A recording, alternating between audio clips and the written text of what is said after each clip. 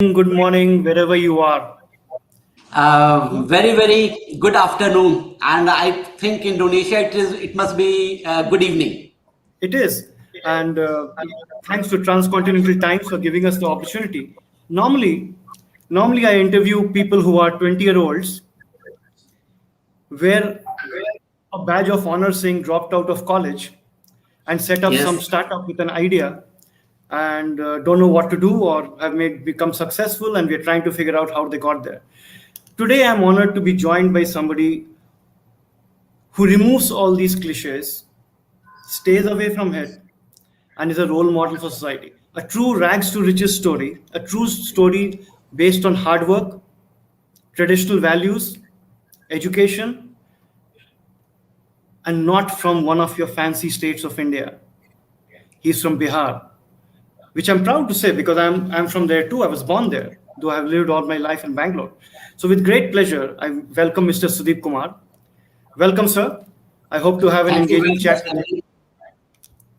Thank you very much So, for your kind words.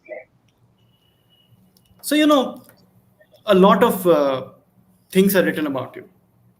Now, people can Google you, come to know a lot of things that are publicly known.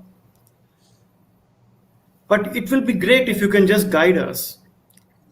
How did you start out? You are not from a business family.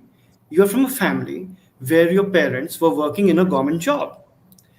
What made you get into business? Because in Bihar, I know we are almost a similar age. Telling my father that I wanted to do business in the early 80s, I would have got a slap in my face. How did you do it? How did you start? Sir, I'm the fourth generation engineer in my family. My grandfather was an engineer who built Lagat Singh College in Muzaffarpur and other buildings over there. My grandfather was the first from NIT Patna, and he was the gold medalist at that time. My father was also a civil engineer. All the three were civil engineer. I was also a civil engineer. When I was in class 9th, 10th, I got this in my thinking that I'm unable to serve under anyone.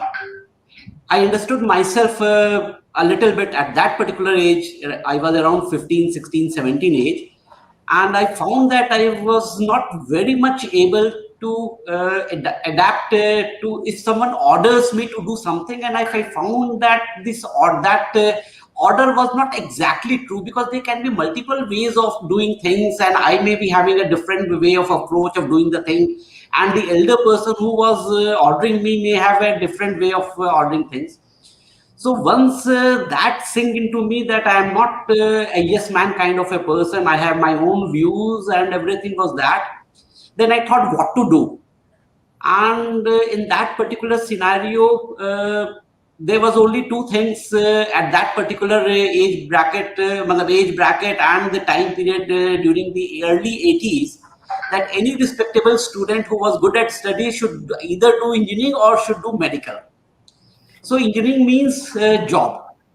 So I was one of the top merit rankers in the Bihar entrance examination, but I decided for civil that started very low because I wanted to start my consultancy, and there was one opportunity in all the engineering fields where I could do my own entrepreneurship, and that was a consultancy job.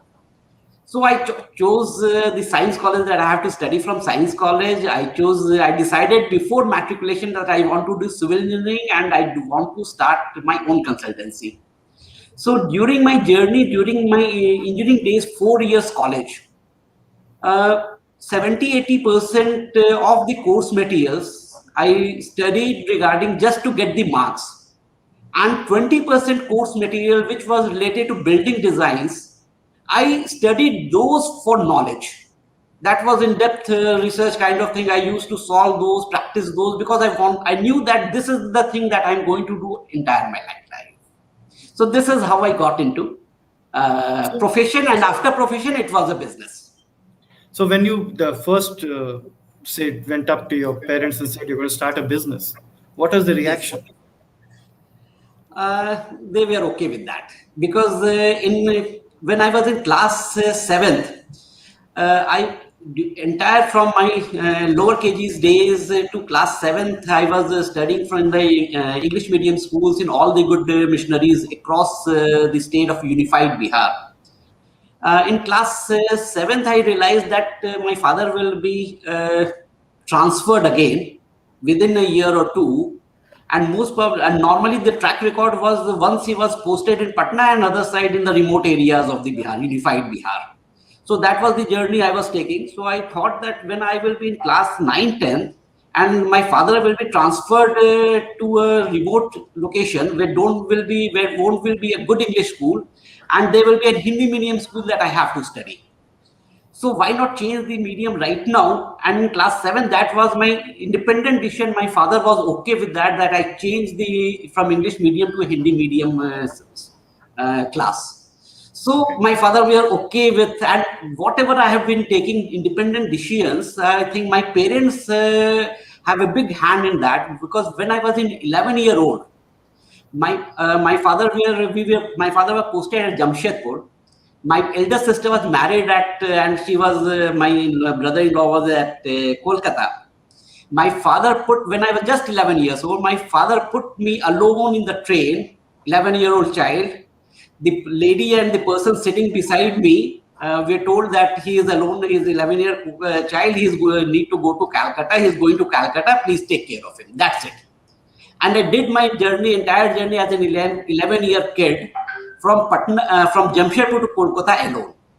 So the independence, the taking the responsibilities, caring for my own self came from because my father and my parents.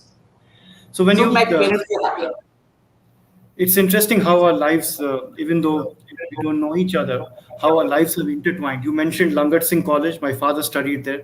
You Oh, mentioned yes. Jamshedpur. I studied there, virtually in the same Which year that school? you're talking about. Which school, And Nalin? I was in Loyola High School Say, that time. I was also there, same Loyola High School. I was in Loyola 1974 to 77. I think we'll catch up some other time. We're probably Sure, classmates if it comes to that. sure, But sure. when you started business, now starting a Yes, business in Bihar in the 80s is not easy. Okay, we are yes, talking of a different time completely yes, to the socially acceptable norms today. yes. What at what point did you think you have got started? Did what was it a big project or was it something? What did it? What where did when did you think that okay, I'm established? I think I've started. Uh, I took 15,000 loan from my father, Okay, and my partner, he's an architect. He also took a 15,000. He also arranged 15,000 rupees. okay, We put together 30,000 rupees. We took an office at rent. We bought the furnitures and we started the office. Two things at the very first day onset, we decided the two things will never fail. First, the rent of the premises should go every time without fail, whatever happens. And the people we employ, they should be given salary whether we have to feed our family or not. These two things have to be done. There cannot be any compromise. Starting for any professional field, we were consultants, architectural consultants, initial years. Any consultancy is very, very tough because you say in Hindi, उगते सूरज को सब सलाम करते हैं. So we were not even that time not Ukta Suraj. We are just starting our careers. By God's grace, we started getting people who showed our they showed their confidence, our inexperienced, and they trusted us with their homes to build. We tried our best and we did our best. And we gave beautiful results with all our dedications and will. And slowly we started rolling, and we got some breaks, lucky breaks also you can say, because when you are a startup or a small unit firm, normally big things do not come to your way. So here in the consultancy at that time, the apartment culture had just come to Patna, but we were not getting any apartment design kind of thing. That would have catapulted us to a big scale. What happened? One of our acquaintances, he has bought a unit, apartment unit, in one of the good big apartment premises being built over there. He came with the plan to us to make some, or if we could give some suggestions or do some interior suggestions. And what we did, we made some alterations and suggested changes. You shift this to this, you do the. We made a design of revised drawings for his apartment unit. And he went to the developer and said, see, I have got this done and I want this changes in my apartment unit. The developer was so impressed, he changed the entire, all the units, he changed the layout plans. And then he contacted us that I want you as our consultant, and from next projects, you will be our consultant. That was a very, very lucky break, I would say, that God has given us to do this. And then from there onwards, we do not look back. So, you have built something of considerable scale, and there are a lot of budding entrepreneurs who start out, but they don't know how to scale. Yes. Any tips on how do you think people can scale a business? I mean, starting off well is one thing, but how do you scale Yes. it and build an institution? First, for scaling, you have to be very, very determined about what you are doing. You should be passionate and you should believe in your dreams first. You should always visualize that you are going to the moon, and if you are always visualizing you are going to the moon, you will achieve that. If you do not dream and if you are not passionate, it is not going to happen. I have heard a story of a gentleman who wanted I am telling the story of around 1995. He was from Bhagalpur. He was a small silk handloom manufacturer, and somehow he heard of Mark and Spencer and Harrods at UK, London. And he thought, if I am successful, when I will supply my goods to them. He wrote it down, kept it in his pocket, and he read it every day. And he supplied. So first you have to believe in yourself, I can do this. And everything else falls in place. That's interesting. I also noticed that you have this voracious appetite for education, Yes. Yes. knowledge. Not very something very popular with the young today. Not only have you completed your civil engineering, but I see that you have gone to various IIMs trying to do various courses and stay up to speed. What exactly is driving that? I mean, why do you do that? Because at this stage, I'm sure you have people to take care of stuff. So, what's Yes. this relentless pursuit of knowledge? Actually, when I came from after graduation, from my BIT Sinri, I came back to Patna. Next day, my father took his batchmate. He was a professor at NIT Patna, Professor Tarafdar, NK Tarafdar. He was a very, very good senior structural engineer. For 1 year, there was at that time in 1990s, there were no computers. What we did, all the drafting was done on the drafting board with a T-square standing for the whole day.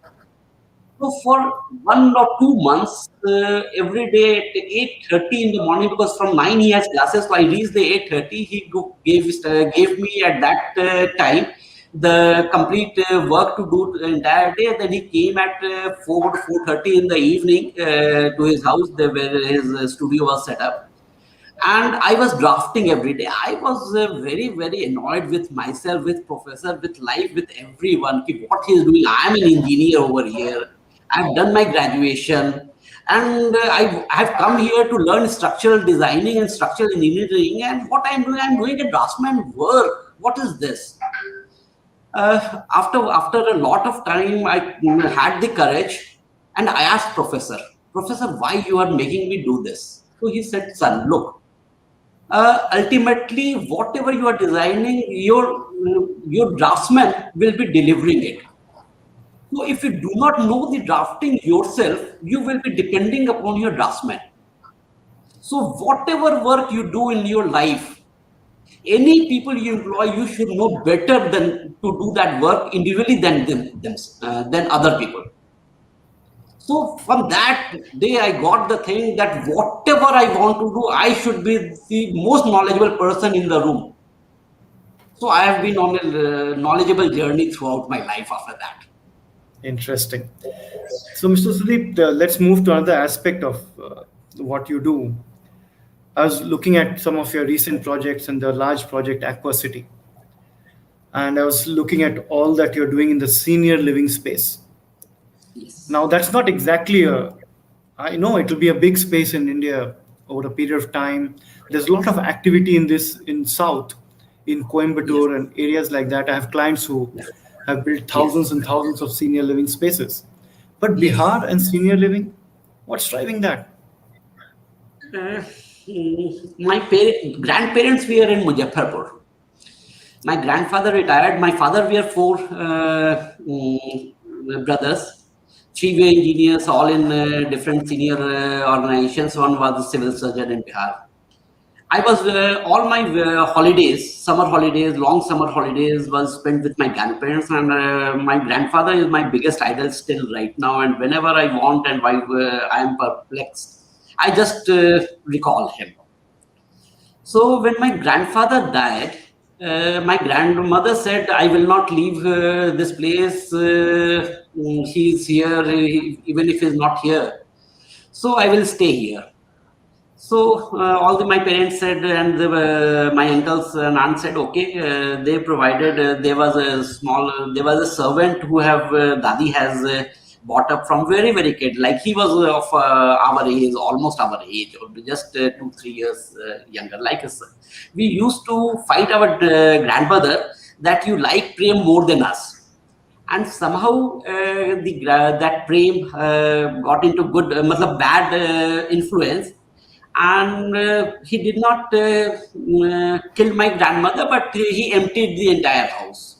My grandmother was in a shock because he said that if Prem would have asked me, I would have handed over everything to him, because there was no need of doing this kind of. He was like a son to me. He was like an own grandson to me. Why he should do this? And since I was close to my grandmother and my grandfather, I decided. I was studying in BIT Sindri at that particular period of time. I decided that I will be staying with my parents. I will not do this. I will not go into a job where I have to leave my parents, and I will be with my parents. So, and as my parents started growing aged and my children got into teenage, I could see the old age senior living at a very, very close quarters. And I understood that I have lived with my parents, but most probably my kids may not be living with me in my senior years. And when I discussed about this with my friends, all have similar things. And I found that since we are rooted in Bihar, and we would like to have the retirement at Bihar, and the Bihar was lacking, entirely lacking in the senior citizen. And so then I decided that I should take things in my own home and design for myself a kind of thing that is sustainable and take care of all the old age issues. So that was the basic background behind this. I'm just curious, what has the response been like? I mean, has the public and the consumer responded well to it? The senior living space? Actually, this is not actually a senior living space. Initially, we wanted to build just a senior living home with around Okay. 100 to 120, 2500, 150 odd senior living homes. Okay. So since I try to do things the best way possible. I study a lot. I delve into deep everything. So when I delved in depth and visited a senior living home also, uh, and I did a research on all the homes in USA, UK, in Coimbatore, in India, in Indore, Bangalore, everywhere. What I found, there were two things lacking. There was one thing that in the senior citizen home, all people were senior citizens. First, same age bracket, around 60 plus people were living, and there were no younger generation. And most of the senior homes have a regulation that if your son or daughter or grandkids came, they can stay with you for a particular number of days only in your senior living home. So when we discussed upon this, and it came upon our mind that we do not like to spend our senior living like this amongst only the old and senior living people. What we wanted to live in a memory of our children, with our grandchildren. So we decided, why not to build a community where all age bracket people living together. So if our son is away and he is coming for 7 days, 10 days, 15 days in a year, so if I could develop a bond with a young couple in our block or in our community, and we could see our children in them, and the smaller people, children playing in the ground, we can develop a bond with them, and they could fulfill our need of the grandchildren. So this was the whole idea behind this. It's multi-generational co-living Yes, space. yes. And And do one you, more thing, go ahead. I would find lacking as an architectural consultant, as a developer. All the projects that have been developed in India right now is static in nature. They don't change with passage of time. Normally, you say a young corporate guy who is in his early 30s, late 20s, early 30s, he buys a home. So the requirement of a home or the community, from the community he is living in, from the society he is living in, is different. Again, when he turns around 40, 45 years, he is settled into his profession or his job or his business. And the children are teenagers, the requirement from the home is different and from the society is different. When you turn 40, 55, 60 years, the requirement from the same home is different. When you turn 75 years of age, the requirement from the same home is different. But you don't change home as you age. So why not to build a society, a dynamic society where all the 5, 6 age bracket things coexist. So if you buy a unit at a early age, and if you living there at age of 80, 85, all your requirements with the changing age is getting fulfilled at the same Oh, society. that's That fantastic. was the dynamic concept. That's fantastic. So you are relatively young now, and Yes. what next? What do you foresee for the company, for yourself, over the next 5 to 10 years? What do you want to do? Uh, I would like to give back to society. I would like Okay. to go to spirituality. Company will take its own course. This is for my journey. Uh, After Aquacity, I will be whatever I will be doing. In fact, me and my wife have taken a pledge that 90% of all our earnings in this life, we will try to expend for the others in this life itself. We have shared this philosophy with our children also. They are also comfortable with this. We have told them, kids, we are not going to leave you much behind. We are trying to spend each and everything for the people from whom we have got this. Yeah. So my future life will be spent in this. Fantastic. A lot of publicity is given to Western business people who pledge to put half their wealth aside for giving back to society. And here we have you who's pledging 90%. It's absolutely fantastic. Just curious, everybody knows Sudip Kumar, the business person. Everybody Yes, knows Sudip Kumar from what we have read on the internet.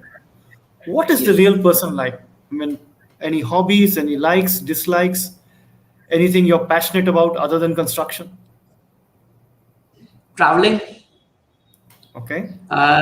right now, reading books, which I'm not able to do at this particular point of time in this my journey of a working person. But definitely after retirement, I am going to be a voracious reader. Initially, I was intending to write books also, but recently, with my journey to spiritualism has started, and I don't think I need to write for others. I may be writing for myself. That would be okay, but not for others. I may not be writing. And right now, basically, I have been I have a lot of paradoxes. I was an introvert as well as an extrovert. While I was in a group, if I am alone, I am okay. If I'm alone, I am okay. So I did not had any issues with those kind of things. But my journey to spirituality has started, and recently I've done a program at IIM Bangalore, East Meets West. That is a fantastic program. Professor Gopal Mahapatra and other professors were there, and that was the teachings of Gita and how to use the teachings of Gita in your corporate journey and corporate world. So those 3 days awakened me something. Something was awakened in those 3 days, and I started thinking more about who am I, what am I, what is the purpose of life, why am I here, what will be my contribution. So this is real me, and I'm still trying to find who is the real me.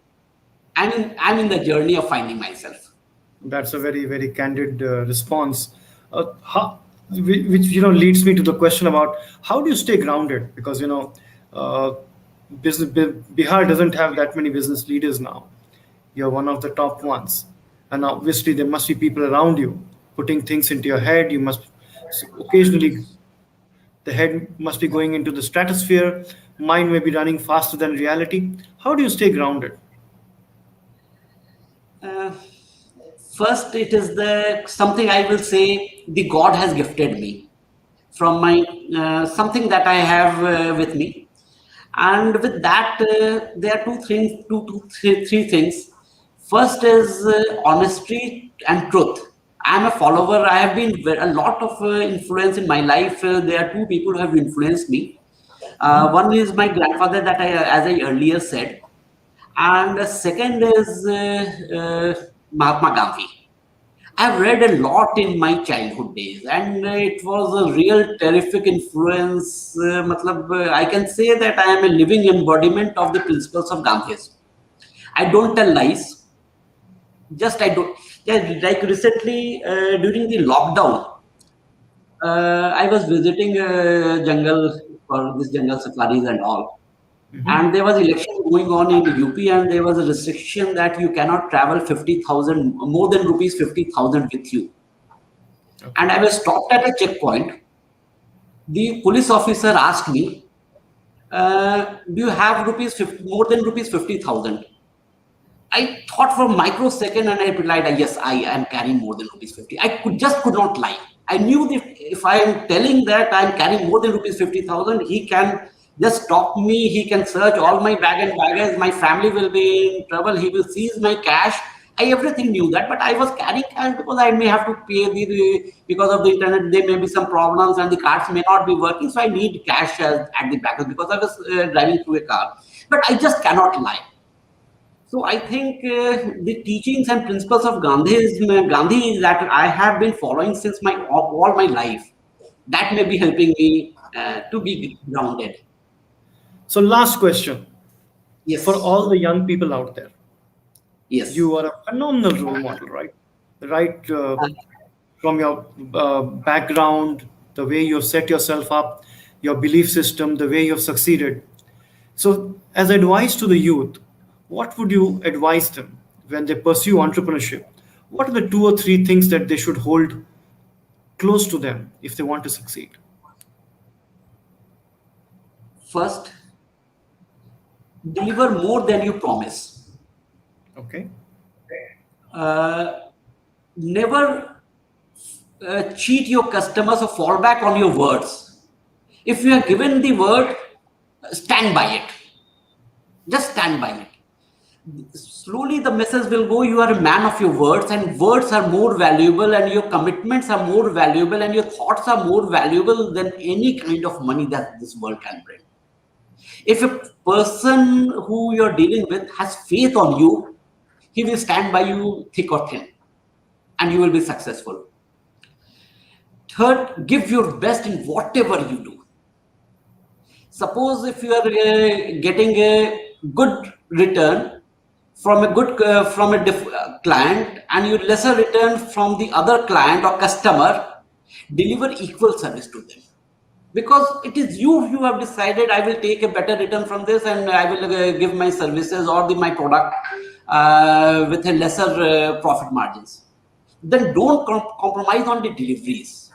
This will help you because the word publicity, customer satisfaction. There's nothing like word publicity and customer satisfaction. Fantastic. I always say that in life you will be shaped by not who advises you, because everybody gets advice of all kinds, but who will you listen to? Who you listen to is more important than who's advising you. And you are an embodiment of that. You, as role models, your grandfather, Mahatma Gandhi, and the streak of integrity in everything you do.